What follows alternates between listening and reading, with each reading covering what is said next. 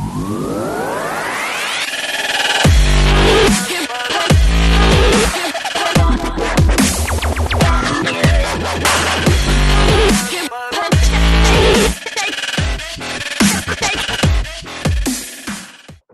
you ho-ho-hos. Welcome back to Square Eye Syndrome podcast and Christmas edition. I am Father Christmas, your host, Ben Gilman. I'm not Father Christmas. I wish I could grow a beard like that. Getting drunk under the mistletoe with eggnog is Helen Carnes. Hello. Wishing you a very titmas is Tara Chloe. No. And rewatching the Charm box set because it's Christmas apparently for the 50th time. It's Troy Salmon. Ho, ho. And a bottle of rum. Yeah. Okay. Merry Christmas, bitches. Yeah. Merry Christmas, everyone. Troy has given this to me at the right time. This should be up on Christmas Day. Okay. What a wonderful gift for you all. He's been given a week's notice, so this should be easy to do. That's nice. About time. About time. Why are you wearing About time. Yeah.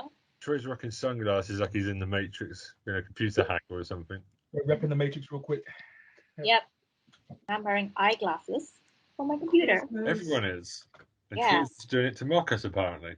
Three of us have got glasses on, and Troy's decided he's going to be sympathetic and wear Ray-Bans. Yeah. Yep. Apparently, it protects your eyes from the UV light from the computer. Yes, yeah, UV. Oh, the blue lights things, is it? Yeah. Does it protect you from the bullshit of the internet, or the lies and rumours and stuff? Does it protect your eyeballs from crap from the internet? Yeah, I found out in the UK that I'm light sensitive when I went to the eye doctor in the UK for the first time. Mm. Yeah, so I had my glasses customized when I came back here. Very cool. Okay, so we're here today to talk about Christmas specials. I know we did this last year, but there are so many Christmas specials, especially in the UK, because we love a Christmas special in this country. Mm-hmm. I thought we would come together and talk about our least favourite or favourite Christmas specials. It's not going to be a pick so much. It's going to be more just we talk randomly back and forth about Christmas specials because there could be a lot here. I'm going to start. I was going to just go with Vicar of Dibley because when I think of Christmas specials, Vicar of Dibley is like the first thing that the BBC always seems to prioritise. I mean, we've got the Nativity play. It's Dawn French as a vicar in a where is it set? Dibley. Something. French. Dibley. Where is He's a Dibley? vicar, but where is it set? Dibley. But where the fuck is Dibley? That's the name of this podcast. Where the fuck is Dibley? It seems to be like Devony way, doesn't it? By the Yeah, it's around the kind of countryside. I played Devon and those kind of like a special play. It was a special name for it. I can't remember the name. So.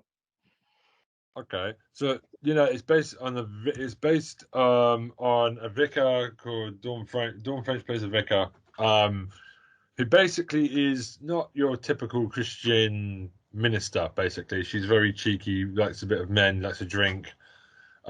But the Christmas specials are the best ones. I mean, what's the name of the blonde woman that's no longer actress?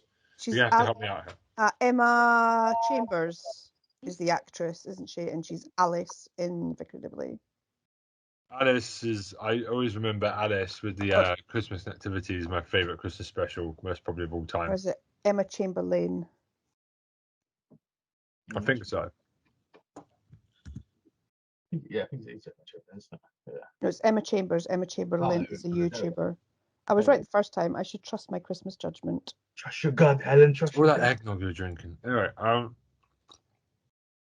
what the fuck is eggnog anyway? We're English. We don't drink eggnog. We don't. Please fill us in and email us in the new year about what eggnog is. I think it's What hot is advocaat.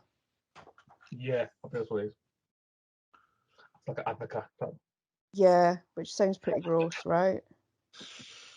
I don't know. It looks I really drink all that stuff anyway, so I actually know what's in it.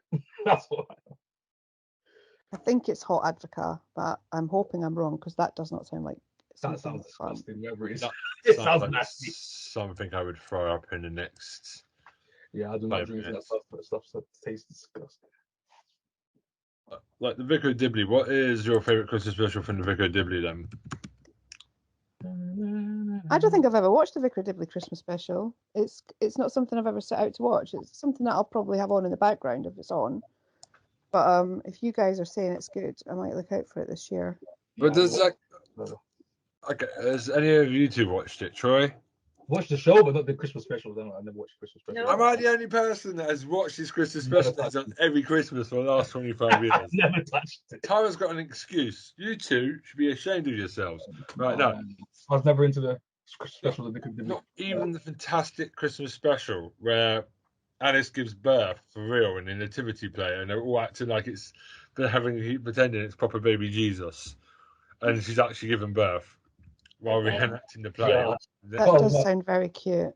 It's very funny, and then the angel wings just go on when she gives. I think it's the vicar just like the angel Gabriel, and it does go ding. And she's helping her deliver the baby. It's quite funny. Oh, my God. There's also a really good episode.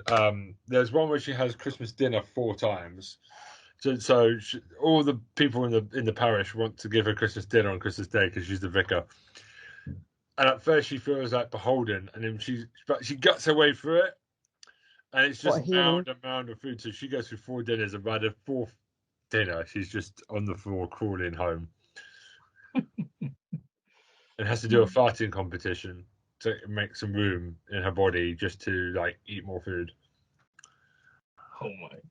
It's disgusting. And there's a bit where there's like a Brussels sprout off. Who can eat the most Brussels sprouts? And that, if anyone's eating Brussels sprouts, will know your Boxing Day is not going to smell well the next day if you do Brussels sprouts. Oh, gross! I used to eat a lot of Brussels sprouts in the UK. I don't know if there's any smell. They're horrible.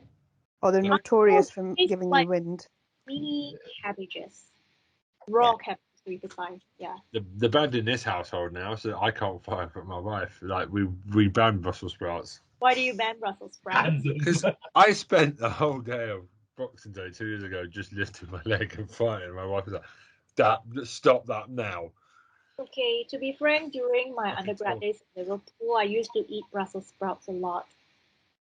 Nothing happened? I don't believe that. I don't believe that. Women can fart too, Tara. What are you trying to say? It's physically impossible for you to eat Brussels sprouts and not have wind afterwards. I mean, I remember one year, me and my dad did this, and we had to air that. It was really freezing cold in Bracknell. We had to open up all the doors and windows and let the air in. It was freezing cold, snow outside. It was like, oh my gosh, because we were told to leave for a couple of hours. It's like, get out! You do not come back until you stop farting. It's disgusting. 3 of us. Who told you that? Me and my dad and someone else. I can't remember who the third person was, but we were told to get outside, have a cigarette, and stay outside for 3 hours and not come back in the house until we stopped. Uh-oh. We had a Brussels sprout off like they do in this episode, Vicar of Dibley, and I think that's why, it's not fun. It's not fun for other people. It's hilarious if you're you, but it's not. It's not if it's people around you. There's nothing worse than a farter in a group of friends that doesn't stop farting. Yeah, well, I didn't have that, but I do have a toilet horror story. Like, in Liverpool, basically, I'm not going to name the shop or anything or the Asian enclave or whatever. I bought this Asian noodles, to be precise. I'm not going to say what Asian, okay, because some people may not be happy. So I bought these noodles. It was supposedly really, really spicy. I ate two of it because I was a bad cook back then. So I thought, oh, okay, Asian food. I just bought it. It's like only £1 or something. And then I realized, right, I took a dump. It was like a big submarine. I had trouble flushing the toilet. That's amazing. Yeah, We've all been there. We've all been there. Exactly. So after that, I was like, nah, I'm not eating this again, man. I don't understand how people eat it, to be honest. But this, don't need to watch Titanic now. I've already seen it. Exactly. Yeah. I had to flush like 10 times. At least you didn't have to get a poo knife out. Yeah, that was the worst thing I've ever ate, and I never ate it again because I was so embarrassed. And now you've just told the world. So yeah. I feel like this podcast is Tara's way of like having therapy each week. It's not about her TV shows; it's about her life, and that we're helping her get all of it together. And there's a couple of 100 listening to this podcast now, so on Spotify we're doing quite well. So I'm sure we're going to get emails about next year. We're going to get loads of emails about Tara, Chloe, and her relationship and how the titty man's doing and everything. Oh, okay. You know, we need to know about your personal life, apparently. What's television if not therapy? Like, You'll be out twittering, you'll be out hashtagging Meghan and Harry by the end of this next year, 2022. It will be about Tara. You know.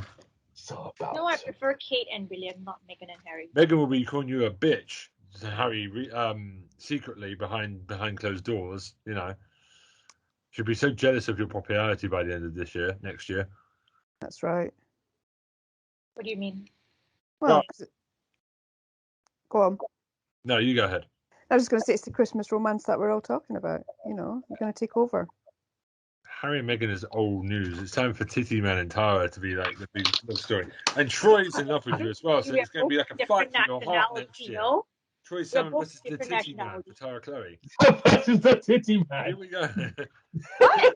Are you just saying? Titty slapping each other. Apparently, I mean, it's a triple threat. Apparently, so it's just a triangle. I saw your face when she was dressed up as a witch, so you got very excited. Yeah, that was a good time. That's what I'm going to say. God, and me and Helen are just going to sit back and watch the fight, and it's going to be at WrestleMania. It's going to be a war. It's going to be brilliant. Going to talk to WWF and get it booked. WrestleMania going down. Hell in a Cell. With Tara Chloe on a pole. On a pole. Winner to get Tara down from the pole wins. She's just in a cage. Just caged up on the top of the roof. Oh gosh. A ladder match just to get Tara Chloe down the hook. Like... Oh man. Oh bro. Oh my goodness. What is going on today? I don't know. This podcast never goes right, does it? Titty Man. The Titty Man versus Troy Salmon, the big two muscular titty man I've ever seen. It's going to be amazing. Like Hulk Hogan and Randy Savage style body, like big muscle boys. Titty, or just titty fight like that, like a sumo wrestler. Oh my God! Wait for the Sorry, is that what you want? The ring. Sorry, is that what you want from me? I thought I was more than this. Sorry, I thought I was more than this to you. I thought I was more than this.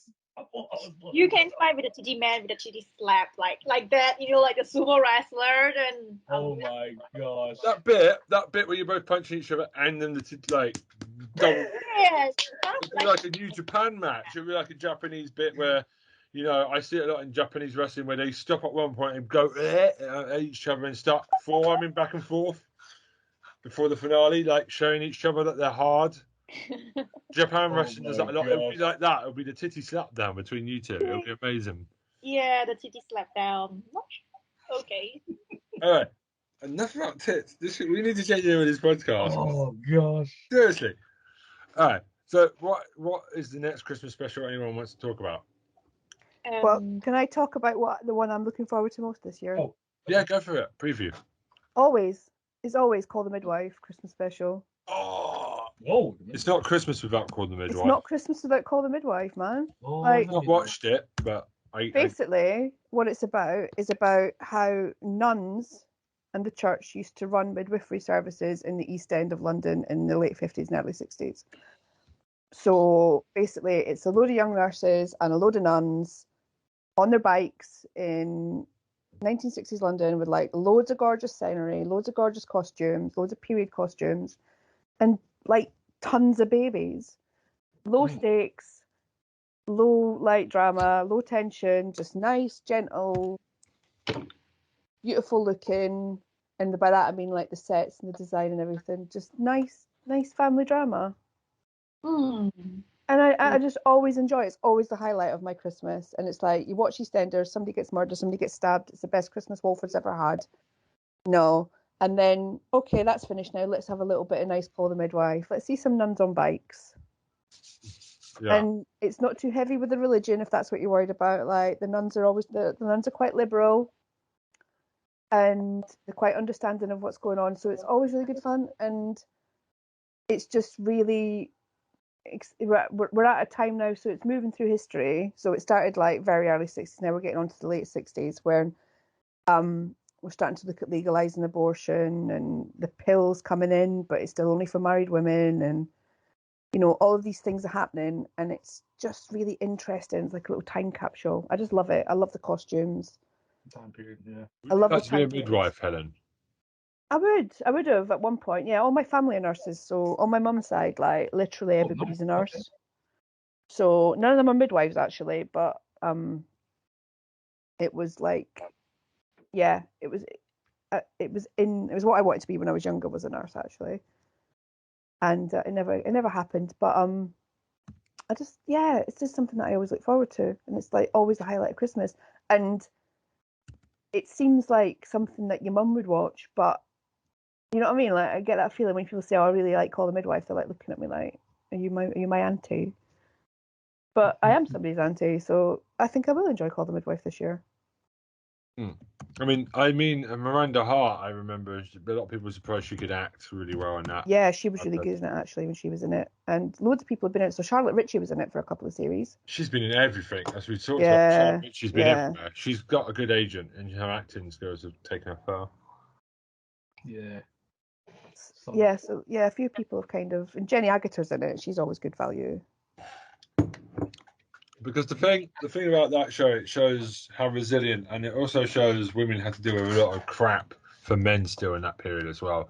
Yeah. And I'd seen some of it Christmas when I used to go with my dad to Christmas, and it was always enjoyable, like self-contained episodes. It seemed really well acted and a bit of fun as well. Yeah. And it just doubles down on the men have no if men were in women's shoes, they wouldn't be able to handle childbirth.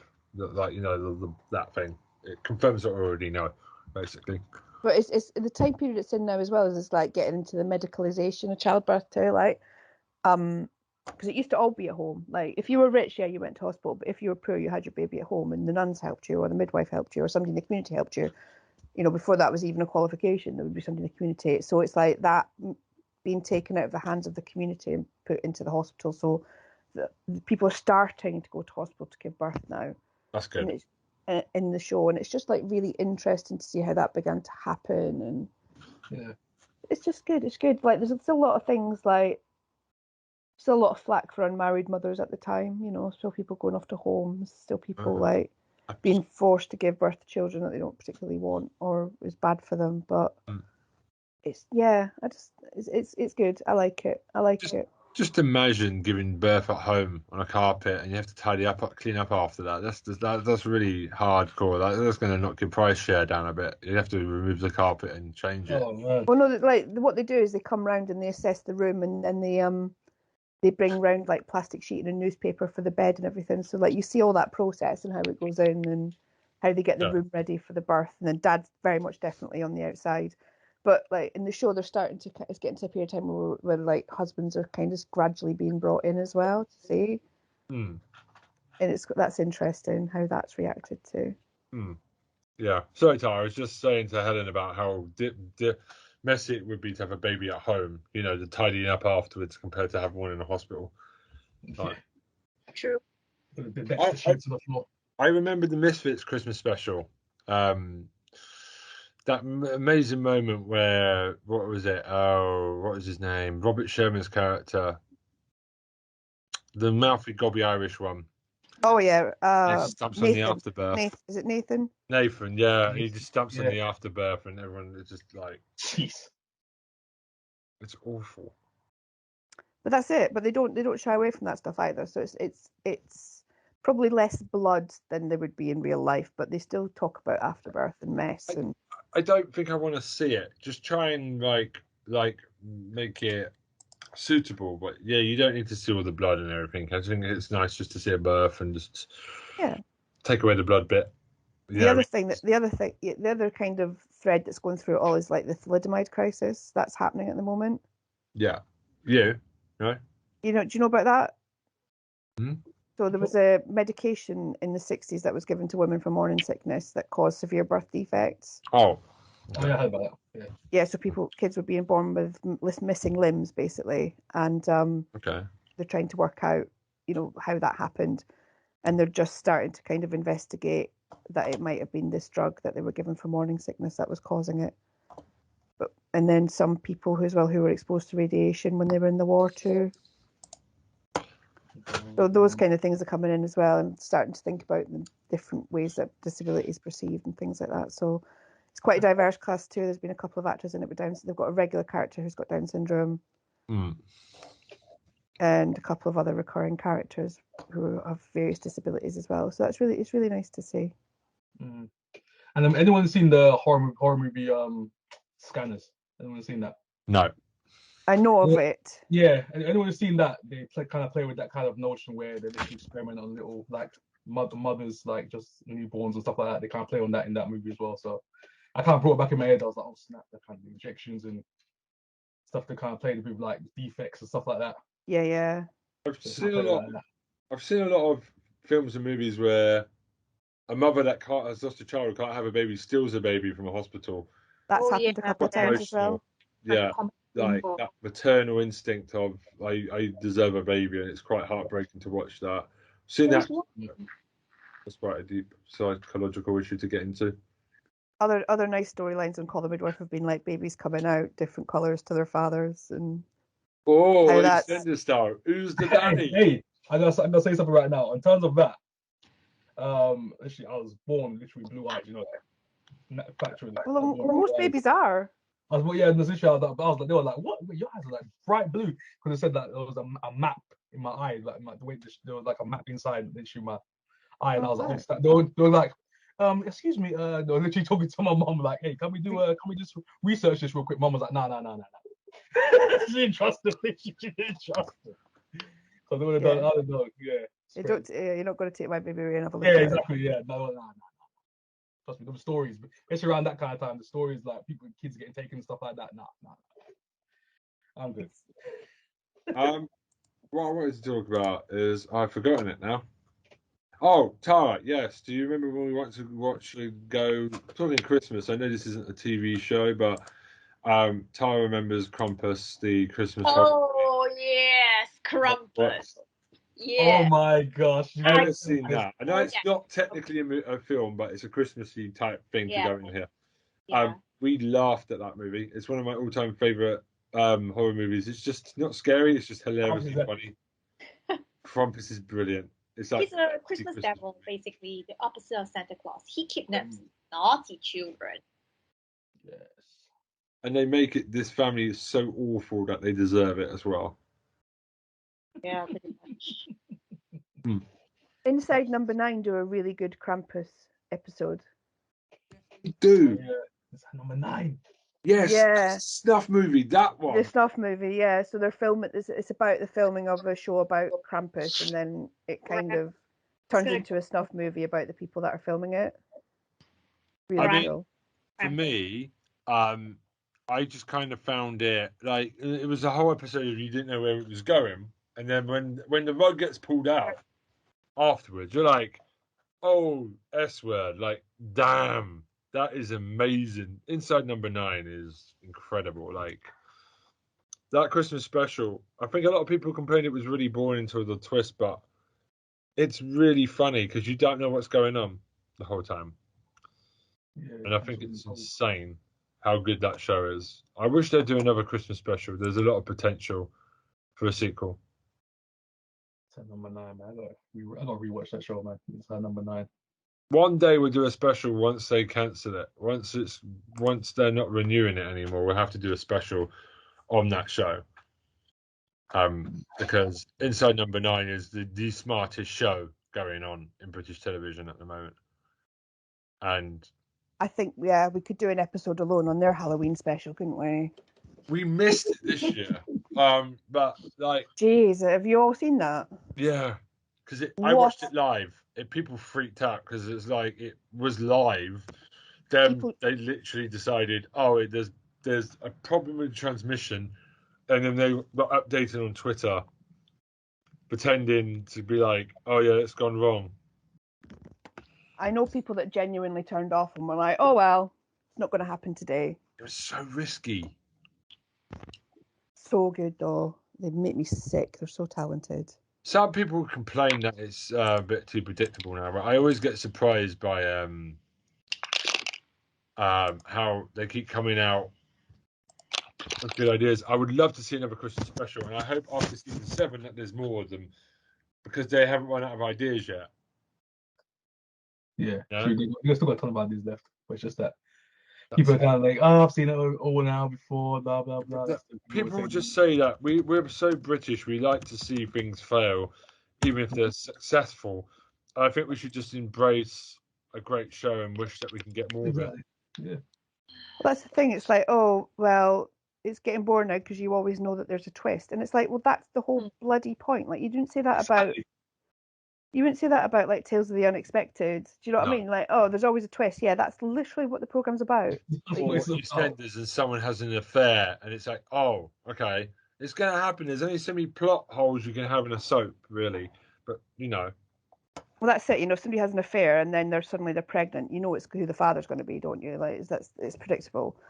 But it's just, yeah. But every so often they throw in one that hasn't got a twist, and it's just a genuinely lovely episode, and you're like, oh, that was nice. yeah, there's great ones like that. I'm trying to think of one because there's been so many episodes. The one that's in the karaoke room. Yeah, there's no death. There's no horrible twist there. It's just a nice little story. Yeah, it's self-contained and it doesn't have an ending where one of them dies. It's one of the few episodes where there isn't a dead body at the end. It's just really clever and just a heartwarming, very clever. The song choices on that show are ridiculous. Yeah. That episode, because it was like exactly how the characters are feeling. It's such a clever show, and I'm so happy that they both said like Shearsmith and the other dude, I can't remember his name. Steve Pemberton. Steve Pemberton and Reese Shearsmith. That's right. Yeah. Both said we never thought this is the biggest show we've ever done because it's still going, and they think that they can get to season 10 maybe without running out of ideas. And the BBC obviously are behind it because they keep commissioning 2 seasons at a time. I can't believe we're on season 7 next year. We'll talk about this in the next episode because I'm going to preview. We're going to do the best of 2021 and preview what we're excited for in 2022 at the start of January at some point. Mm-hmm. And Inside Number 9 season 7, when it comes in spring, is the first one that I'm excited for in 2022. I'm always excited because it's 6 weeks of just delectable chocolate treats. Little treat, isn't it? It's like a little advent calendar. You know, you're going to get something good every day. Unless you bought the Tony's Chocolate Only one like I did, and they stiffed me on day 8 to teach me a lesson about disparity in the cocoa industry. I'm still not over it. I'm really sorry. But yeah, go watch that snuff film one. It's amazing. Another good. I'm just thinking about the other one that's not really scary. Is Bernie Clifton's Dressing Room?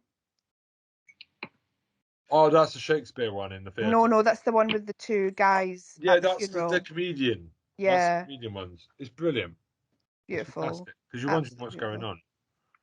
I just like how they can be terrifying and heartwarming in equal measure. Like, as soon as you think you've got a lick on it, they'll come out with something like the 12 Days of Christine, and you're like, oh shit. Oh, such a good episode. Mine's incredible. My mum was staying with me, and I was doing a rewatch of them, and I was like, I'm just going to watch this, and I put on the 12 Days of Christine because that was like the next one up, and then at the end of it, she just looked at me, and she was like, the tears were down her face, and she just went, "How could you do that to me?" She was just so upset, bless her. Yeah. Because it is just so moving and beautiful. There's the one on the train that is underrated, and there's the one in the hotel. There's the crossword one is it's too intelligent for me, but they actually put a real crossword in the paper on the day. Yeah, the same crossword was in the Times, wasn't it? And somebody made me laugh because he went, because he watched it live. He said, I just did this crossword. He said, the minute I realised that all these things were a crossword I did in the paper, I think the Independent or Guardian, on the day. And he said, watching the episode, I went, hold on a minute. I did this crossword on the train this morning. It's like a freak out one. And that's just really in-depth stuff. That's cheeky. That is. Well, even just to the point on the Halloween episode where they tweeted at the same time as the characters did on the screen. Like, the attention to detail. Oh, yeah. It's so cheeky. I mean... Too good. They're too good. Simple as that. Too good. What about you, Troy and Tara? What about your Christmas specials? What do you want to talk about? Me? Oh, gosh. It was an outside. I told you it was going to be an outside the box one. So literally, a couple of days ago. I'm talking about Child One. I was on the internet and I was like, oh my days, what am I going to literally talk about for Christmas first? And I was like, okay, all these things are kind of cliche, and I was like, let me just do something odd. Let me just do something that's no one of these people literally probably ever seen before or even heard of. So I was like, okay. I watched a childhood show of mine. I watched a Christmas episode and I was like, I've not seen this episode before. It's literally right in the middle of season 3 of this show. And it's gonna be you're gonna be laughing, you're gonna be down, man. Okay. Alright, I'm going. Power Rangers. Yes. I dream of a White Ranger. That's the Christmas episode. Oh my god. Yeah, The Power Rangers is finally coming to the podcast. Power Rangers. Oh, no. Hey, season 3. So I remember this. compared to Wednesdays already, the kid. So this episode literally starts off here. Kimberly is doing an Aisha, that Yellow Ranger, Pink Ranger. So they're basically doing this kind of play, this kind of performance, this singing performance with all these kids. And obviously Bulk and Skull, they're literally dressed up as cops. Well, definitely they are cops of like Angel Grove for like a little bit. I don't know why they're random cops at this point. I actually can't remember. And then this little girl, she's sad because her dad is not showing up for her singing performance. And as you know, Lord Zed, he rocks up. Him and Rita are trying to mess up Christmas for these kids. These slimmer little kids. You know, that kind of villain type of thing going on right now. And It's not like Seth Rogen's the way he just did that. Yeah. So actually, he basically came up with a way with this spinning top. He goes, I'm gonna brainwash all these kids, and they're gonna be mine. And they invade Santa's North Pole. Yeah, that sounds disgusting the way you just said that. Oh my god, Ben, come on, bro. Okay. Come on, Ben. Yeah, this it's a family show, Troy. Oh my god. But yeah, you made the North Pole. And literally they got Stop it. Oh my gosh. Ben's gone, he's finished, he's out here, he's finished, he's done. Killed him. Santa should get that scene to if it's a big red pole. Oh, gross. Right, anyway, keep going, Troy. But yeah, so literally he sends his henchmen to go down there, just basically take over Santa's grotto, and then literally they're doing their toys, putting all these like spinning tops in there to try and invade these kids' minds.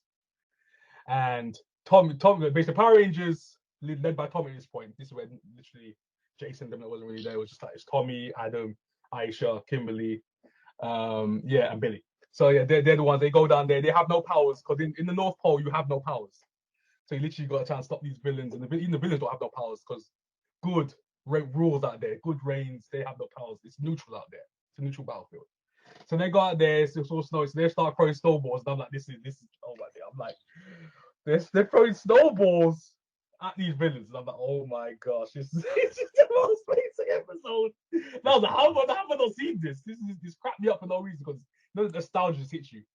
Power Rangers, man, it's just good times, just good times, childhood right there. It's great, man, great time. Wait, how many of you have watched Power Rangers before? Like just Power Rangers, naturally. When I was a kid, I remember this episode. Really I watched Power Rangers. I just don't remember in detail. Like I think I'm slightly too old for it. But I remember it. The only thing I remember from Power Rangers is Ivan Ooze. So you kind of older for it, like in terms of like you never watched an episode or anything like that. We just I watched a lot of Power Rangers when I was younger, but the thing is that I just don't remember. Yeah. You'll remember it's a long time ago. But yeah, I know even with me because I literally grew up on that stuff. Power Rangers, I was into that stuff. Even kind of a couple of years ago, I still kind of watched it. But obviously not now as much because I watch all this other stuff now. Watching Netflix shows and all these like big boy adult stuff now. It's kind of growing out of me a little bit. But you're watching big boy cartoons now. Yeah, the big boy. That's what's a big boy cartoons. I'm going to animate them. But that's me now. I've kind of seen that. But at the same time, they kind of resolve this episode by basically Kimberly gets this little girl's dad, brings her to the grotto, her family comes over because she was sad about sad about her family not coming over to see her performance as well. They all come over. They stop the villain. Lord Zed's depressed because he gets Colin's stockings and Rita, and then they're just depressed on their other part of the galaxy, and it's all happy go lucky, everyone celebrating like yeah. So Bulk and Skull, they get kind of happy ending themselves as well because little girl Bulk and goes. Skull are underrated. Anyone who hates Bulk and Bulk and Skull, Skull, yes, exactly. Bulk and is Skull. that they're comedy geniuses. Bulk and Skull. They are so underrated. So underrated. Go on, Ben. The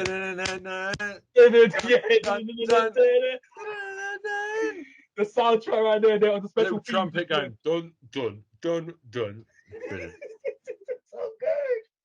That's the thing. That's how good they were. It's synonymous with the Power Rangers. That's how good they were in that show. Everyone loved it. Everyone loved Bulk and Skull. The funniest heck. But at the same time, yeah, that's my Christmas episode. Like, literally just went back. I was like, you just find something just odd. That's what I did. I went to find about the Power Rangers. I literally didn't know they had these Christmas specials until I literally saw. I think they've got 2, but that was my one I saw in the original series. So I was like, damn, okay. I went back and saw it. Yeah. So yeah. I'm gonna be pretty random and say, like, Ivan Ooze looks like a purple version of Krampus. Which one? Ivan Ooze looks like a full purple version of Krampus. We go back to Krampus. So should we talk about Krampus then, Tara? Since you want to talk about Krampus. Yeah, no, we kind of sidetracked there, didn't we? Exactly. Yeah, exactly. We can do that later. Yeah. Go on, then. Talk about Krampus then. What do you like about the movie? Because those characters are awful people and deserve to die. The worst type of family. It was incredible. I love it. It's an incredible movie. So, okay, I'll start. So, basically, Krampus is a Christmas demon. And so, do you want me to run through the movie? Just talk about the basis of it and what you think of it without spoiling it if possible for other people. Okay, so Krampus is actually basically a Christmas demon, maybe the opposite of Santa Claus. So in this movie, Krampus is actually an ancient demonic spirit and punishes those who have lost the Christmas spirit. So yeah, there's this shitty family which is called the dysfunctional Engel, Engel family. And basically, they do a lot of shit. So I can imagine, like, the house is really dysfunctional and everything. And I think the son, Max, he actually summons the Krampus. And one by one, Krampus actually takes away the family members one by one. And he puts them in a little globe, like, at the end of the movie. Yeah, which is actually the depiction of hell, which Krampus is bringing the family back to. What I like about the movie is that I'll give you an open-ended question. Like, do you believe Krampus should exist to take away shitty people Christmas? Take away all the anti-maskers and put them into like some dimension where they can't torment people anymore. Yeah, I believe so. Take them to their own plague island. That's vaccines. Okay, some people are being careful with them, and some people can't take them. That's fine, but you can at least wear a mask. So if you choose not to wear a mask, at least, then you should be taken away by Krampus and put in hell somewhere. At least anti-maskers. That's what I believe. Yeah, I think Krampus actually should exist, especially around this season. Okay, so how do you summon Krampus? Krampus is like a horror comedy, like Evil Dead style, but it's not. Yeah. It's not violent. It's more for the children. I do love how it's a family movie. Mm-hmm. It's not really that violent. It's like there's not enough. It reminds me of Gremlins a little bit, like that kids movie, family movie. Has horror elements, but it's not a horror. Yeah. It's like the Poltergeist. It's like that movie from 1982. Again, a movie that you can watch with a family that isn't too creepy. It's not going to traumatize kids. It's like when I watched Gremlins. It was scary, but this can traumatize kids. Some scenes can traumatize. Yeah, like Beetlejuice. There's a worm in that I find terrifying, but it's not terrifying. It's just enough to be funny. Hey, that slinky clown, bro, that's gonna terrify some kids. Yeah. Beetlejuice. You know what terrified me when I was young? Beetlejuice's big underwear and the fact that he farted in it. Like Jack in the Box. It's like we said on House of Animation, Judge Doom in Who Framed Roger Rabbit, when he starts going with Pogo in with those face, that is nightmare fuel right there. So that type of thing is okay because it's only a short period, but Krampus is a good movie because it teaches people, kids, be nice to each other at Christmas. If you can't be nice at Christmas, it's the time of the year to have a peaceful one with the family. Be decent, at least. Otherwise, Krampus will come and take you away. Yeah. Krampus will come to take you away. And that's the little gingerbread men. They're the stars of that film. Like the little bastards. I love them. So cheeky. Gingerbread men are always bastard. Guess what? I have a spice gingerbread candle right here. All of them melted together. Yes. Ben, you brought it back now. The Muffin Man. He has to come back now. The Muffin Man. It reminds me. Muffin Man. I reckon the Muffin Man, the gingerbread man from Shrek, is related to these people in Krampus. Because they are pastry. On the family tree somewhere. Because they're both pastries, not really like cousins. As Lady Gaga once said, living with my muffin. Have you not seen the clown from Poltergeist is in this film as well, in Krampus? He makes a cameo. It's clearly the same clown. Ooh, the clown in the Poltergeist? No, I did not like notice that.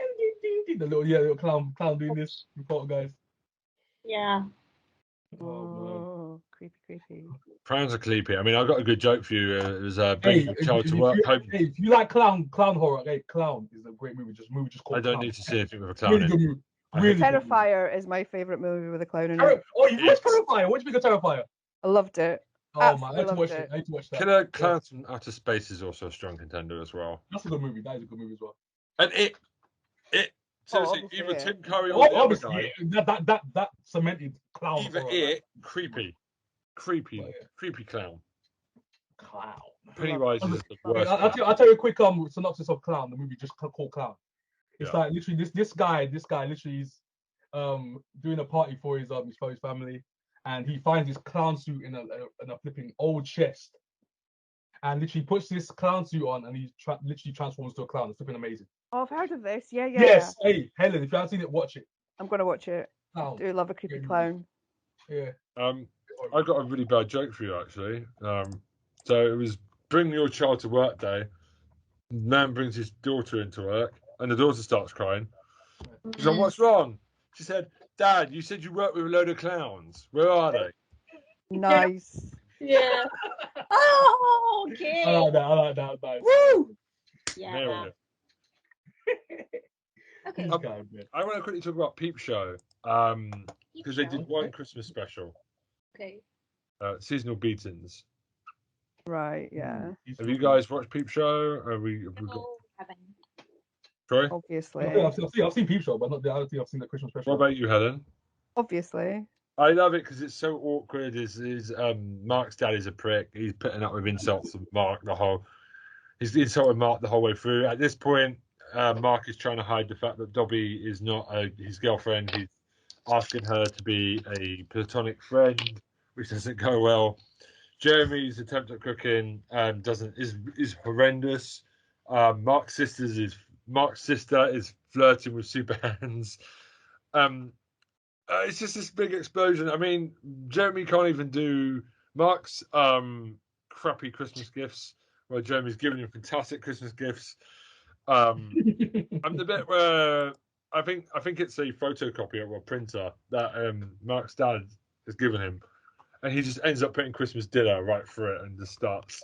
It's a shredder. Starts shredding Christmas dinner. Oh yeah, Christmas shredder at the end. Brilliant, because they didn't ever do a Christmas special until I think it was season 7. Brilliant, so good. It's such a little bottle episode in that flat, and they don't move from the flat, and it's brilliant, utterly brilliant. One day we're going to do a Peep Show special. Peep Show for real.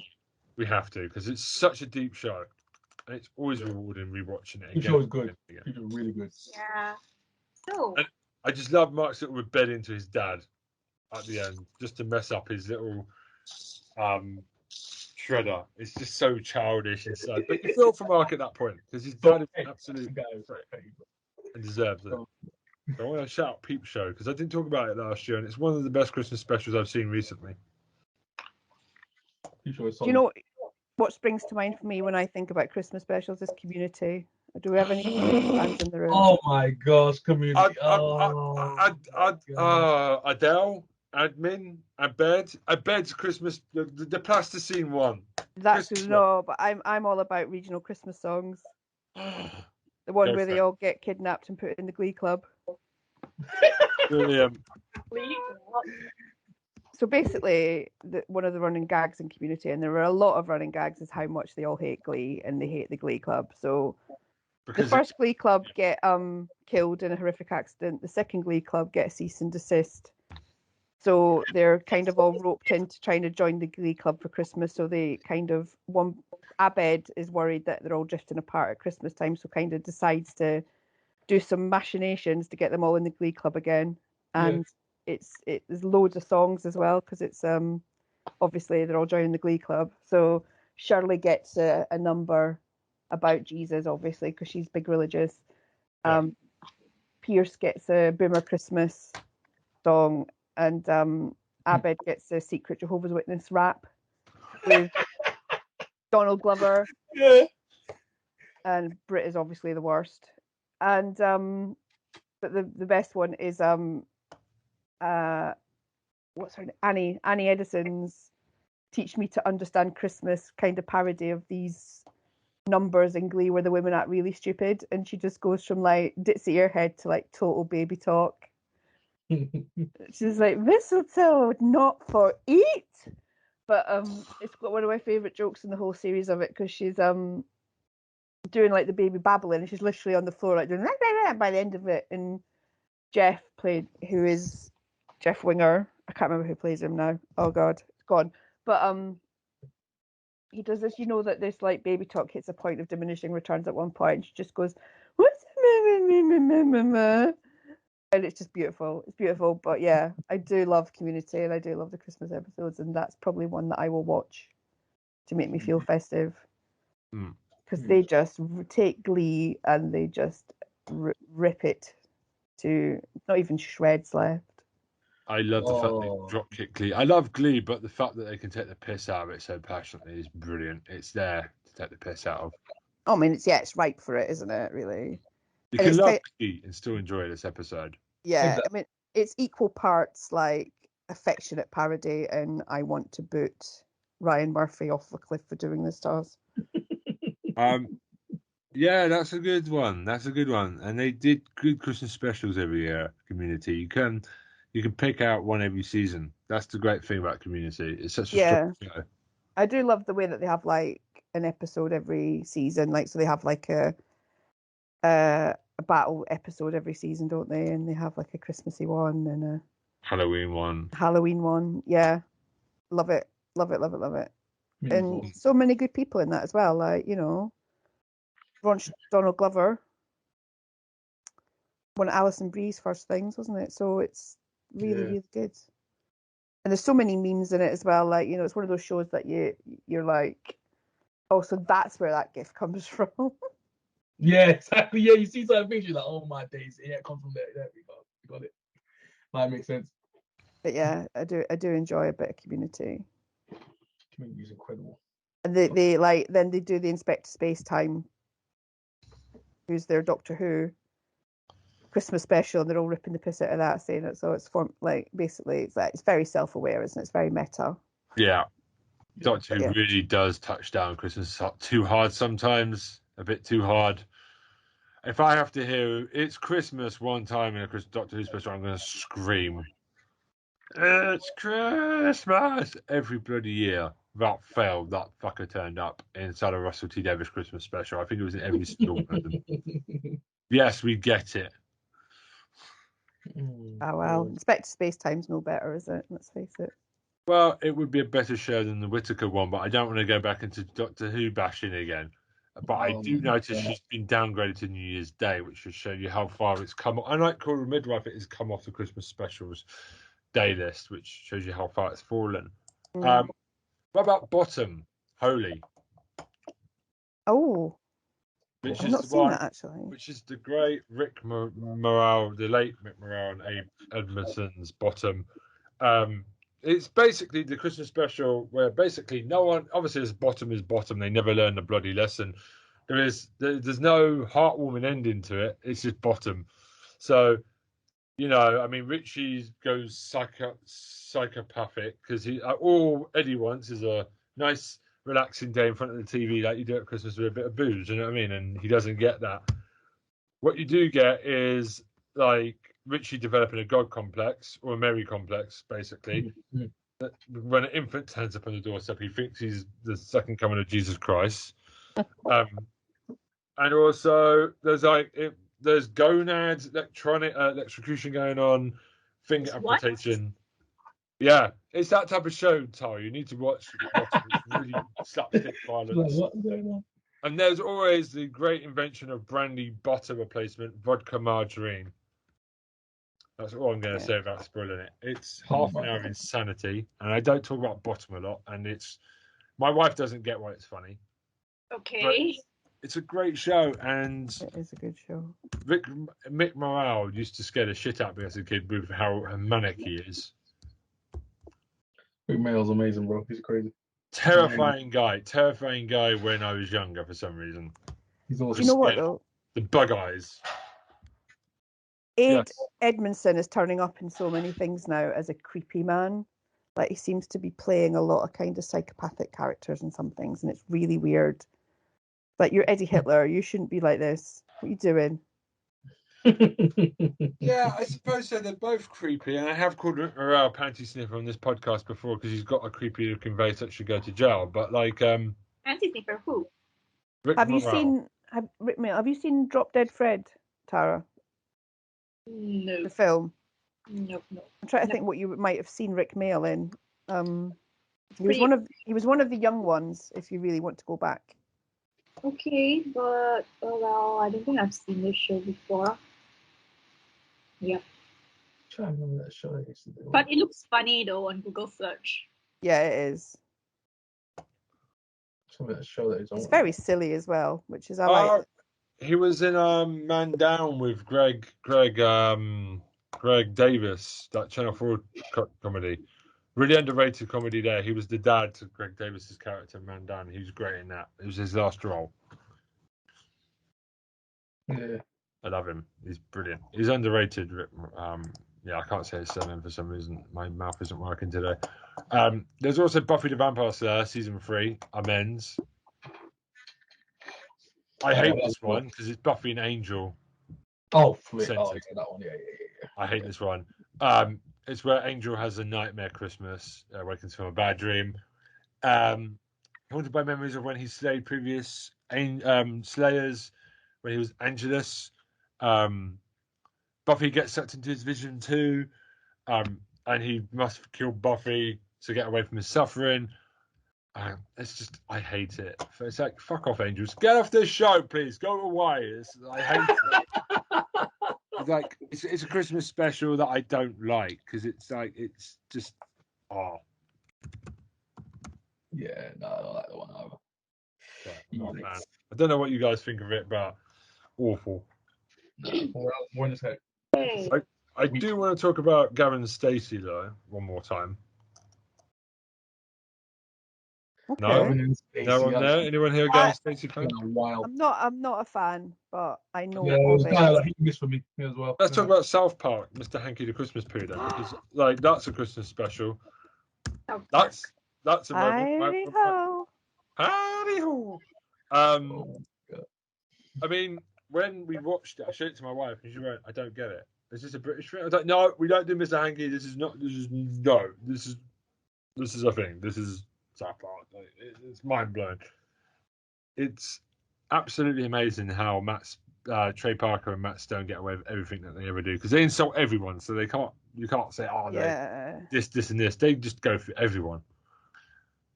What do you guys think of Mr. Hanky the Christmas Poo? I think it's South Park, so it can either be like scatological humor or a really important statement on the commercialization of Christmas and how we can commercialize anything and how anything with enough traction can become a mascot. So it's one or the other, isn't it, with South Park? It's either astoundingly silly or astoundingly clever, and you never know which one, which is why it's so good, I suppose. Kind of gross though.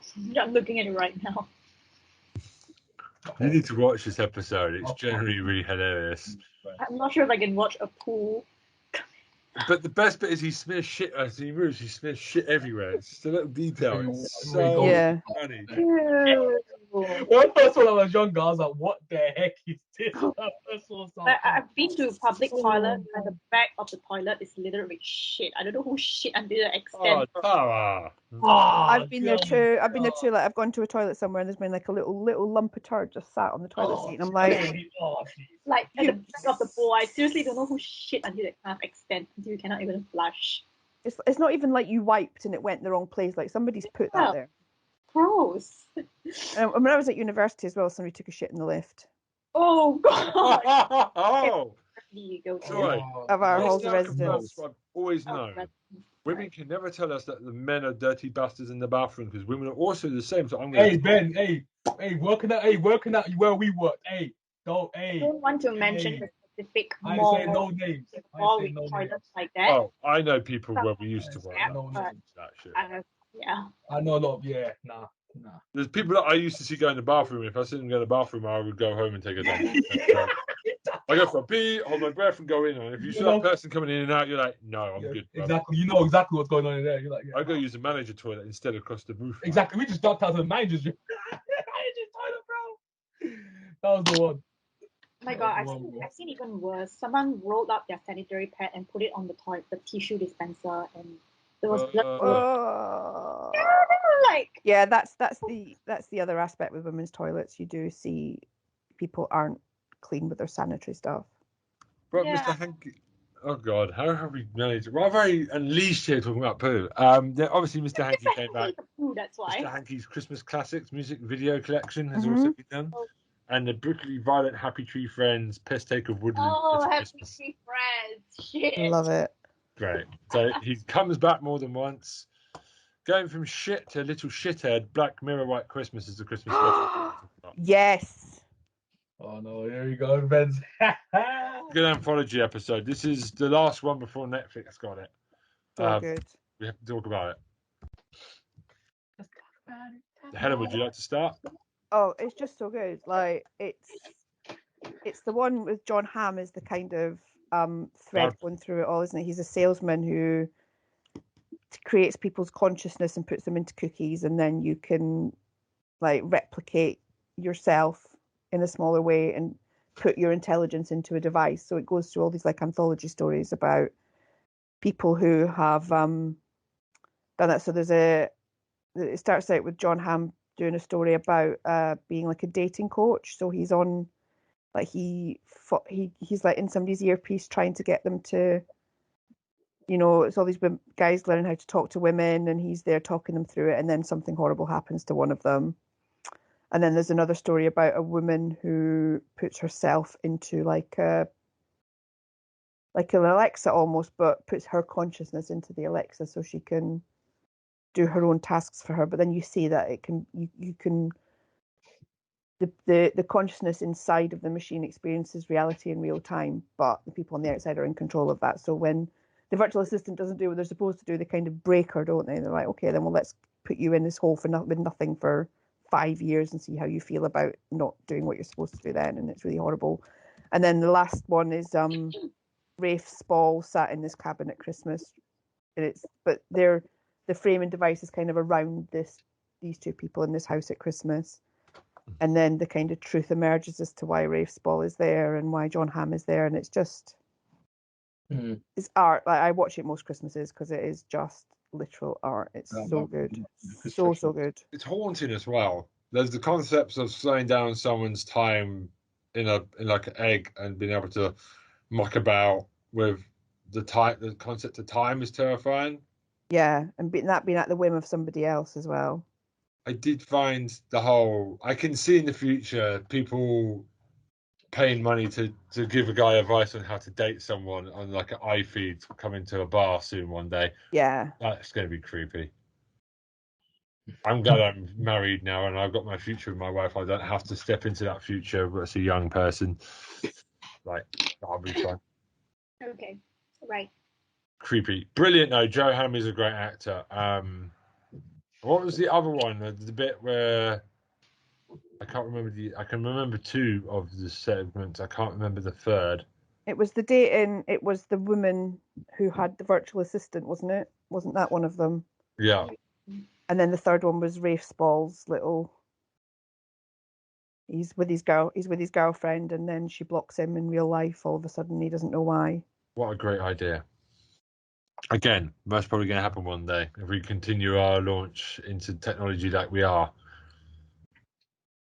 I want to talk about Lost.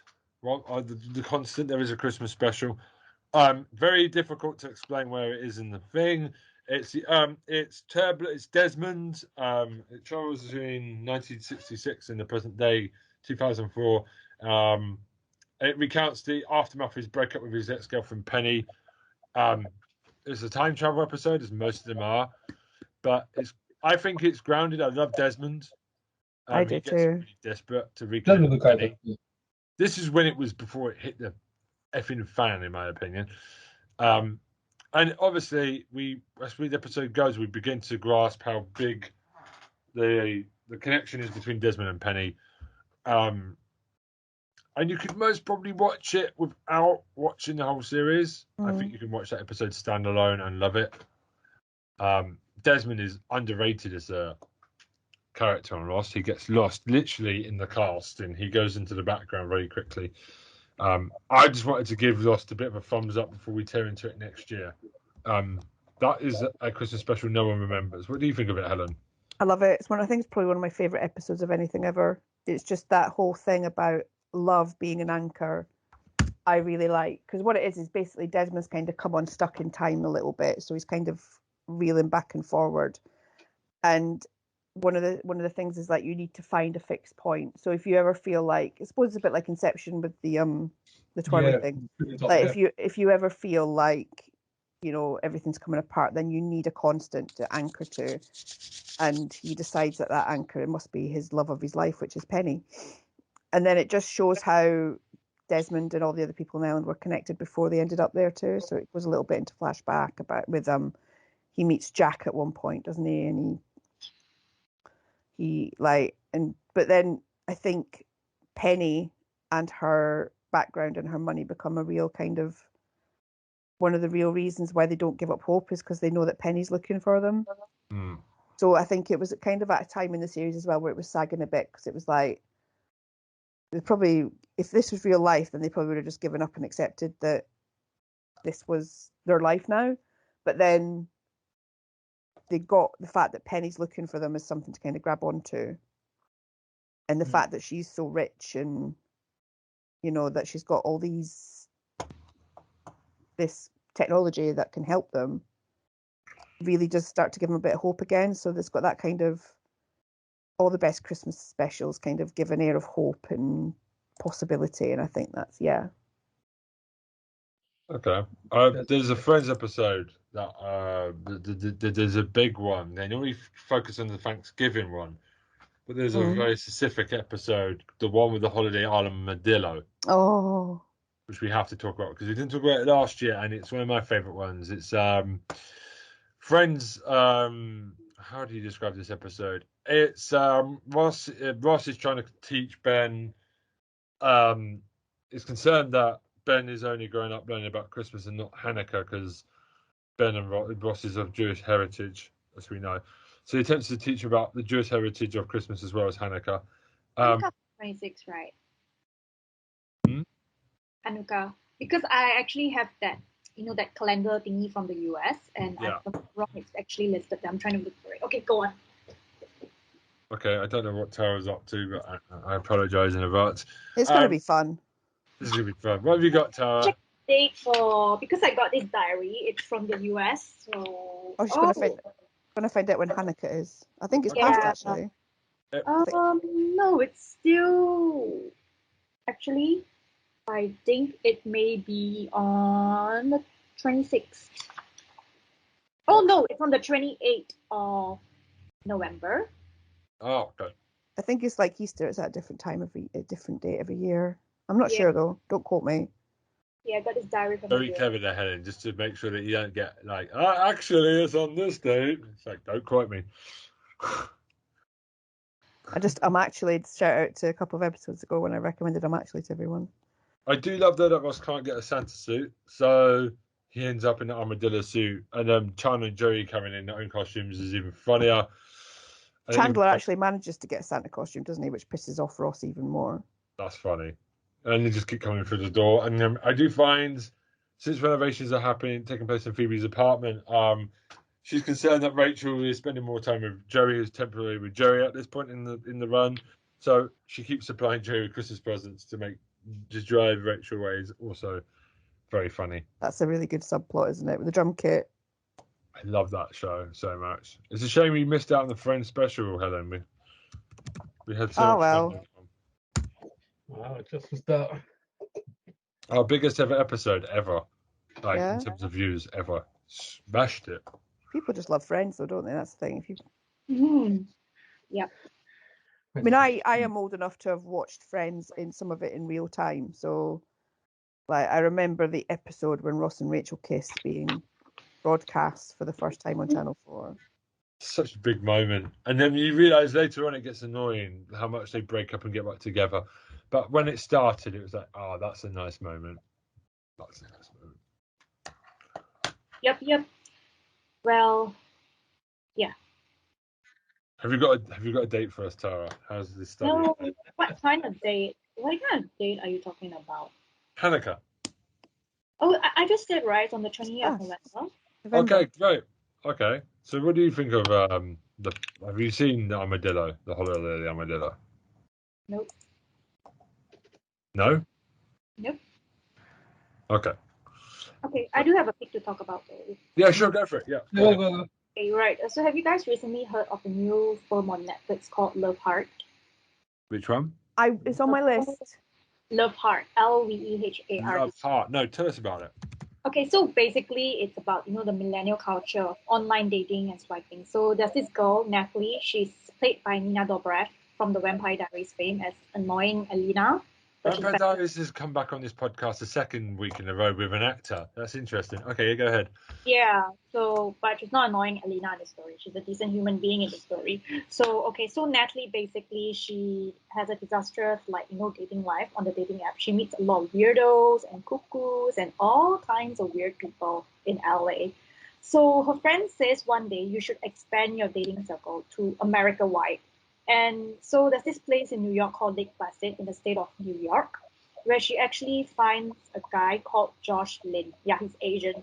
So Josh Lin is supposedly a hot guy on this picture. Yep, he's a hot guy. So she gets along with him very well. So she decides to travel to his hometown and Lake Placid to surprise him for just a few days before Christmas. And she actually did. And she came up all the way to his house, only to find out that he's some nerdy Asian guy who doesn't look like the picture at all, who just catfished her, and he used his hot friend's picture as his dating profile. Yeah. That's shit. It's got one of the guys from Silicon Valley in it, hasn't it? Yeah, Asian American actor. Yeah, firstly, that's so shit. You cannot catfish people like that, okay? No, you shouldn't. Yeah, I was like, what the hell, man? If I were her, I'd be super mad, seriously. Yeah. And so she actually saw the guy that she saw on, the dating profile, the handsome one. His name is Tag, apparently. And you're dating. Here we go. You go for it, yeah. Yeah, so then she actually wants to get Tag by pretending she likes extreme sports and this and that, while she has to lie to Josh's family that she's Josh's girlfriend. And basically Josh fakes a proposal just for attention, and whole shit blows up. Everyone finds out the truth, but what's the worst? I mean, I can say it's the stupidest part is they end up falling for each other in the end. Is this the one with the Asian guy in glasses that I've seen promoted? Yes. It's on my list too, because it looks like a really funny concept. I was like, oh, I bet you that's something that happens in real life a lot. Catfishing people with a fake profile. That looks really good. But is any of them a titty man, Tara? Is any of them worthy of a titty man? What are you talking about? The guys in the film. Okay, the only hot guy is Tag. He looks quite hot. Is that the guy that she saw the profile of that the other guy took? And then that's him. Darren Barnett. He's part Japanese. Okay. Oh. Yeah. Cool. Okay. It looks great though. It looks quite funny, and it looks a bit silly and fun. it's refreshing just to see another two white people. It's like a bit different, and that's good. That's a bit different. I'm happy to see that. Yeah, but if I knew that I was catfish like that, I would just immediately leave the house right away and not look back. Okay. Have you ever seen anybody be catfished using? I've seen people on when I used to do internet dating. I saw people catfishing with pictures of people that I knew, which was quite funny. Well, there were cases here in Singapore though, because I was watching the Crime Watch series, and some of those foreign domestic workers, they use hot British expat photos and everything on the dating site, and they kind of disguise it like they will ask for money and everything from the local Singaporean girl who likes white men. And when she actually goes to meet the guy, some other foreign worker from India or Bangladesh would just appear and oh yeah, I'm a friend of this British guy. He said he told you to come with me, and you end up blackmailing her.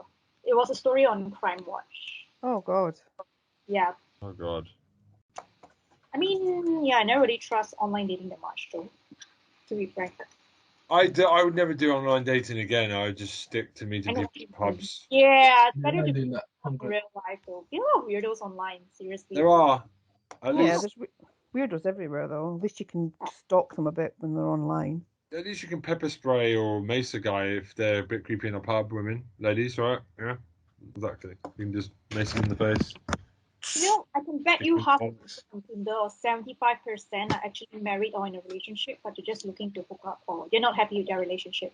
Well, they're not even looking to hook up. They're just looking for attention. They're looking to see if they could hook up if they wanted to. Yeah, I can bet 5%. Because my friend actually went out with this guy once, right? This Japanese guy. And we were talking and talking and talking. And then he just suddenly, the word slipped out from his mouth, my girlfriend. And I'm like, what? Middle finger. Oh dear, okay. At least he paid though. I'm not paying him yet. I once went on a date with this guy, and I decided to do my usual background checks, which is putting their phone number into Facebook to see if they're clever enough not to link Facebook in their phone number, and finding out that he was married and had a small child. And I debated telling his wife, and then I decided not to. And then I was at a meeting, and there's somebody a few months later, and then there was somebody at the meeting with a name I recognised. I was like, where do I know that name? And I put it into my phone, and I realised that it was his wife. So I'm really glad that I didn't say anything in the end, because that would have been an awkward meeting. Yeah, I usually run a background check on that. Yeah, you'd be surprised how many men who are cheating on their wives don't give out their phone number, and their phone number is attached to their Facebook account. Oh, I know even worse cases. There are some, I dare say there are some Japanese expats. I wouldn't say specifically one ethnicity, but a lot of expats come here to fuck around in Singapore, to be frank. And I know people who actually went out with this expat or that Japanese expat, and the dude asked her to be, his girlfriend. But after she asked her friend in Japan or somewhere to conduct a background check, found out that the dude was actually married. Seriously? Yeah, I'm like, what the fuck, man? Seriously. And I actually confirmed with my other friend in Japan about this, and she says, yeah, if you're ever caught, you need to pay a compensation amount to the wife. I don't know why, it's their law or some shit there. God? Yeah, it's not 2000. I do love the Catfish television series, though. Love it. Oh yeah, that show was amazing. When the first not particularly Christmassy, so it's kind of off topic, but that's cool. The amount of people who will send money and things to people that they've never even had a video chat with. A ton of people do that. Yeah, it's insane. Like, what you do? I personally don't have to spend money unless I really have to spend money, really. But only recently I've been spending more money than I really should. But at the same time, I don't do that. I don't understand how people can do that. Just they don't know the person, but yet they're sending stuff out there. Like, they find a connection out of it. I'm like, how do you do it? I don't get it. I don't understand. It's crazy.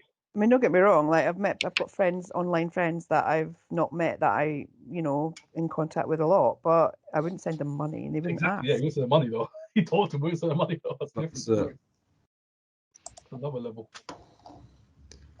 Okay. So I've also there's Blackadder. Oh Yeah. yeah, good shout. Does anybody want to talk about Blackadder, the Christmas Carol one? I've not seen it, but would anyone like to talk about it? Blackadder, what's that? I've not seen a Christmas special. We did talk about it last year, and I thought, like, I think I can just about remember it. Blackadder, but Christmas Carol. Would anyone like to step in on this one? Christmas Carol. I bought the book recently. Go for it. Oh, wait, no, I have not seen that movie you're talking about. I'm just talking about the general Christmas Carol. Or you want me to talk about the story of Scrooge? Blackadder's Christmas Carol. Or you can talk about your favourite Christmas Carol. There's been so many of them. No, what I meant is I recently bought the storybook. Oh, the original Dickens. Yes, the original one. It's a classic. I never get bored of watching another version of it. It's really something different. Scrooge. Scrooge. Yes. The best Scrooge is the duck from DuckTales. He's still the best one. Scrooge McDuck. Oh my god. That's the best Scrooge. Oh god.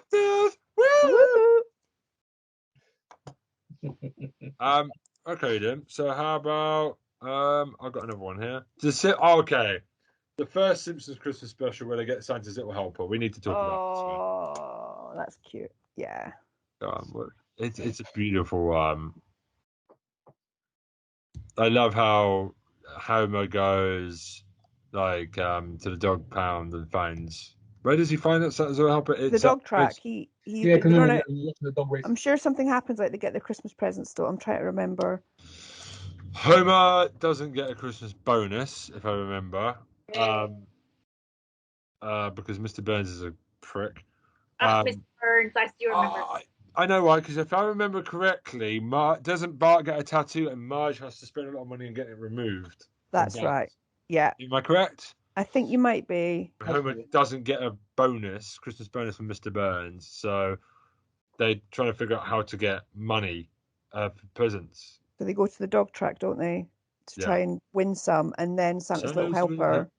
Yeah, I remember these. Is more interested in girl dogs than he is in winning the race, and then to be fair. and then he runs off and ruins everything. But then Homer brings home Santa's little helper instead as a present, and everybody loves him. Yeah, it's brilliant, and I love the bit at the end when they start singing and Bart starts doing the Batman song about jingle bells, Batman smells, Bart. Like cutting him off. yeah. It was when it was a bit weird though. The animation quality of that first season is really weird compared to it later. Season 2 and 3, it's really scrappy, and then for some reason, season 2, it's the Simpsons animation as we know it. Really scrappy the first season. It's a bit weird, and the voices are a bit weird as well. It's not quite there audio quality wise. It wasn't them. They were ironing out the kinks at that point. I think so. I can't go without talking about Mr. Bean, the Christmas special, where he puts the turkey on his head. And that happens in a Friends episode as well, doesn't it? Thanksgiving. Yeah. I think Monica, yeah. Oh my gosh, Mr. Bean, bro. I love how he's fiddling with the model at the nativity scene. Him trying to conduct the brass band is. I watched it yesterday. That's music, bro. The really poor present selection by him as well. It's hilarious. But it's just the turkey on the head. Like, it's brilliant. There really is nobody better when it comes to physical comedy, is there? Yes. Yeah. And it's so sweet how he's trying to. I think the girlfriend was on and off again. She appeared on and off, and they never really became a couple. But it's so charming to see him try and be have a romantic date at Christmas, and it just goes wrong. And I bet you Friends stole that joke from Mr. Bean. I'm going to say it right now. Yeah, a lot of Americans watch Mr. Bean though, so yeah, it's really popular in Japan as well. Like a lot of my Japanese friends will say Harry Potter, James Bond, then Mr. Bean will be the third one. You're like, oh, Bean. Oh. But the thing is you don't need language to watch Mr. Bean. So exactly. You don't need to be able to speak English to enjoy Mr. Bean. You remember it's universal. How he drove the car? Yeah. Yeah. That is king. That is legend level. Legendary level. Oh, he drove the car. The iconic green bean car. Yeah, the Mini. Yep. Is it still available in the UK, those models? Yeah. That would be great. Absolutely. I want a Mr. Bean car. The very small ones, you can still get them secondhand, but Yeah. they're not making them anymore. Oh, damn. They've got new minis, like, but they're not as good as the old ones. Yeah. It's become a British icon now, that car, because Yeah, he pretty much has, like, everyone knows Mr. Bean. Oh, that's true. A reference to my insurance agent about someone I know is a Japanese Mr. Bean, because I know a Japanese Mr. Bean in real life, and she started laughing nonstop. Oh God. I'm sure you know this Japanese Mr. Bean as well.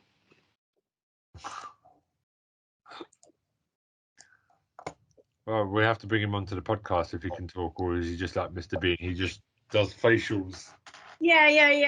But he's in Vietnam right now, so he can't. Okay.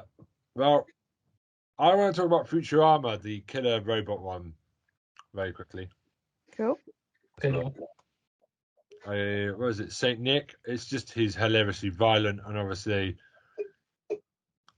he's just a massive prick. Like Robot Santa. I mean, what can I say?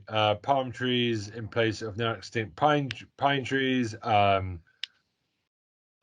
He just literally ruins Christmas and scares children and makes people cry, and it's hilarious. And Fry looks absolutely devastated throughout the whole episode about what difference Robot Santa is, and it's great. And Futurama is better than The Simpsons in terms of quality. There's not so much flab. I've always said, while The Simpsons is now massively overblown, Futurama is much tighter or much better for it. Well, it's finite, isn't it? That's the thing. The Simpsons, who knows how long that's going to go on for? And it's way past. It should have gone a long time ago. And Futurama is a lot shorter and smarter, and didn't outstay its welcome. So I always think Futurama is better. That's just me. That's your opinion, and you're allowed it. It's a fair one. People always say I'm crazy, but like I always laugh at Futurama more than The Simpsons. I respect The Simpsons early years, but Futurama, man, they did some stuff with sci-fi like Rick and Morty do now, where it's just they do some imaginative stuff outside the box with it. You know. Oh man, one day we have to do a Rick and Morty special. Anything else? There's obviously The Office. Office Christmas Party. Yeah, the UK one. Dawn kisses Sherlock's boyfriend. Yeah, that's iconic, isn't it? That episode. I'm not the biggest fan of The Office, but it's when David Brent tells Finchy to F off as well. It's just like punch moment out there. That's been coming for a long time. Okay. But they ended it here, and it's good. 2 seasons in, they just thought, yeah, we can't drag this into the ground. We'll get out now. You know. I kind of respect them for that, actually, because they could have flogged that until it was a extremely dead horse. Stephen Merchant, who wrote it with Ricky Gervais, he seems like one of the nicest people in the world. He's always got such a smiley face. Have you seen him in interviews? He's just smiling away, happy to be there. Seems like I've met Stephen Merchant. Please tell me he's lovely. He was lovely, yeah. So basically, I used to do sometimes there's this website called Skint London, and they send people along to things, and they were like, look, we've been told that Stephen Merchant is going to be at this new material night in Central London. If you go along, we'll get you a comp ticket, but your mission is to go and ask him for a selfie, and we'll put it on the website. But the thing is that he did a bit in the thing about people asking him for selfies, and I was just like, oh, for fuck's sake. But the person I was with knew the person that was running the night. She was like, I'll go and sort it out for you. So I was like, I went and met him, and he did give me a selfie, and he was very gracious about it, and we even had a bit of a laugh about how he was talking about how much he hated it. And I was like, yeah, but I was told that I had to, it's my job. And he was really nice. Mm. He seems like a nice guy. He seems Uh, like popular. I'm not going to comment on Ricky Gervais. Oh snap! Okay. Oh no, it's just he set his followers on me on Twitter once. Oh damn. I had 3 million people calling me all the names under the sun for 2 weeks, which was nice. Wow. Yeah. Jeez. And I didn't even at him, like, I was just talking quite generally about something that he'd said, and he found it, he retweeted it, and basically told his fans to get me. Who? Stephen Merchant? Ricky Gervais. Oh, Ricky Gervais can fuck off. I hate Ricky Gervais. In your face. He's a horrible little man. He's not funny. Ah. And Ricky yeah, Gervais so is, for a comedian, he's very, very sensitive. You can't be like that as a comedian. You have to be able to give and take. You know? Yeah. I mean, the only other time I've had that much abuse online is when I went to see the same New Material night on a different night, and Amy Schumer was there, and I tweeted about it, and it got retweeted by I think Twitter added it to one of their moments, and yeah, basically I had people telling me to kill myself for weeks because Amy Schumer wasn't funny, and I was like, I didn't say that whether she was funny or not, I just said that she was there. Oh wow. So that was fun. Mm. Those are my two big celebrity internet run-ins. Yeah, I don't like Amy Schumer either, so I'm like, yeah, whatever. Maybe we should call this "Fuck You, Ricky Gervais" this episode. Well, he's blocked me on Twitter now, which is nice. I don't have to see any of his things.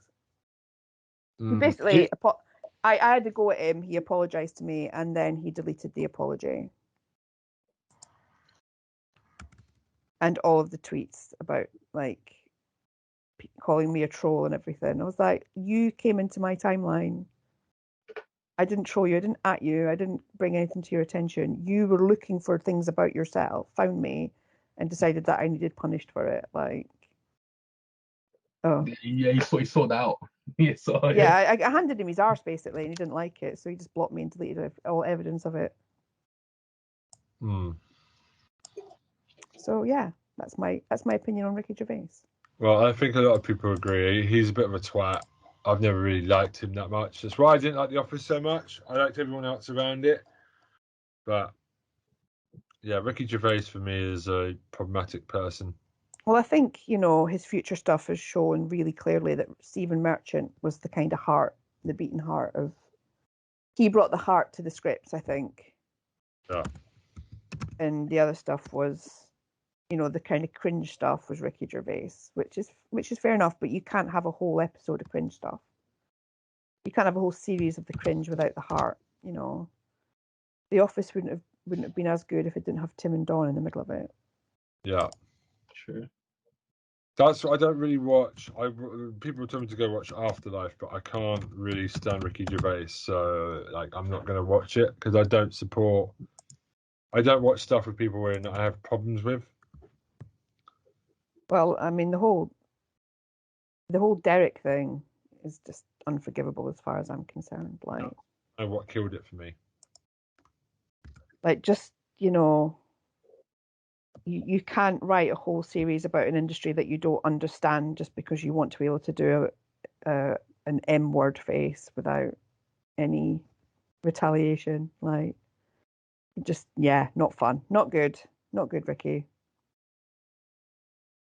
Yeah, it's just tone deaf. Mm. You know what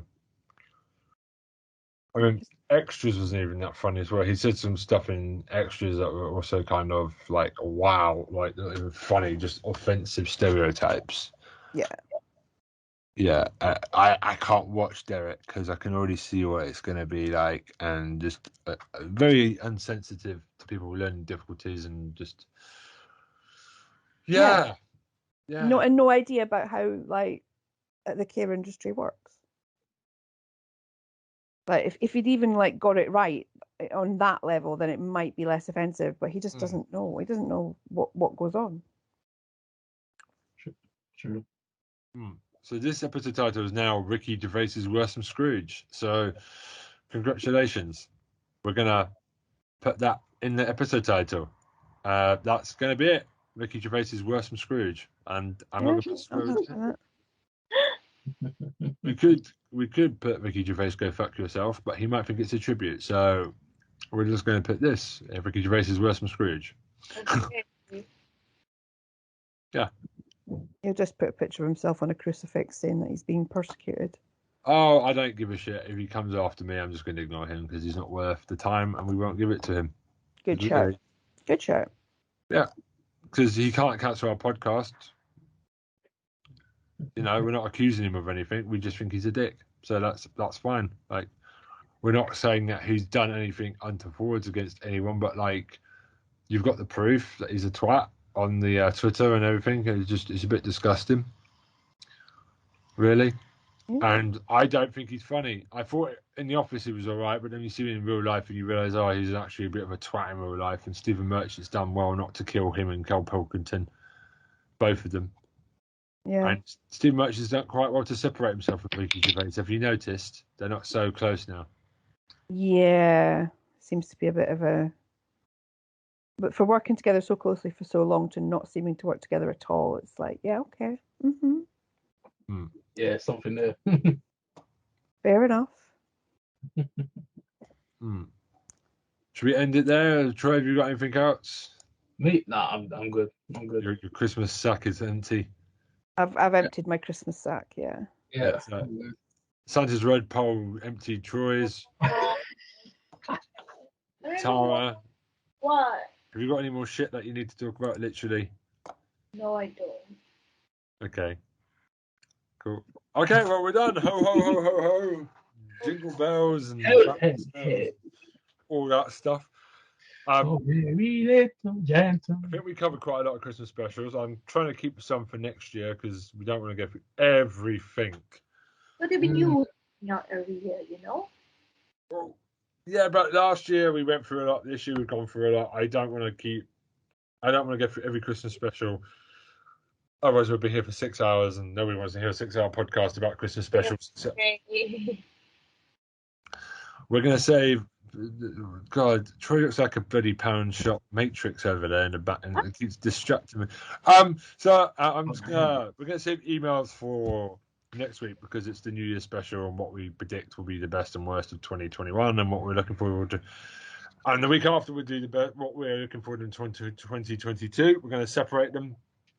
So it's a bit of a themed special for the next 3 weeks. So let us have it. We haven't done specials in a while. We're going to go back over 2021. I'm sure you already know the shows that we've talked about a lot this year, especially in the last couple of months. We'll be coming back up for discussion again, Marvel and other shows, and a retrospective to see if we've calmed down from if we hated something, if we changed our mind and something we loved. Yeah, we'll see. God, you're trying to look like the guy from CSI, Troy, with the shades. Yeah.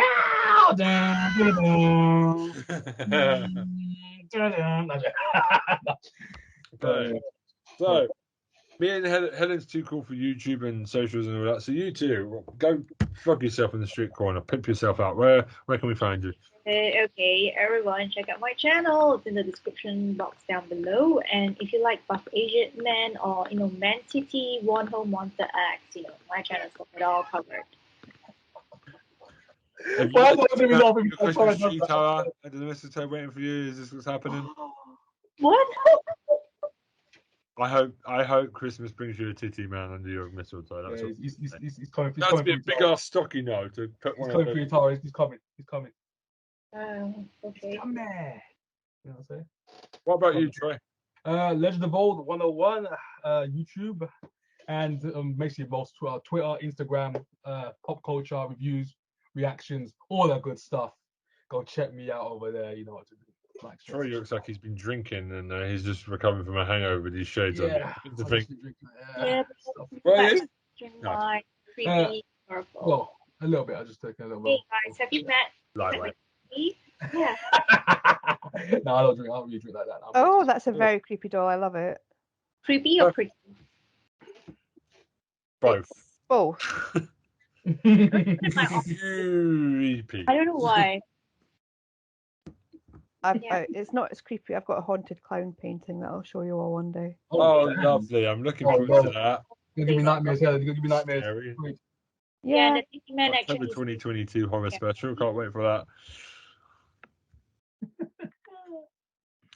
Right. Merry Christmas. Don't burn down your Christmas tree. Kick the cat out if it does try and take down your Christmas tree. Just leave the cat outside all Christmas. That's what you should do. Get wankered, have a good time, and just watch some TV. Thank God we got through about talking about Mrs. Brown's Boys. Let that show be cancelled, please. Stop watching it. It's crap. I'm not even linking that in the description because it's not worth the time. I hope it just buggers off. Merry Christmas, everyone. Jingle balls. Merry Christmas, you filthy animals. Merry Christmas from me and my dolly. Okay. And we're done.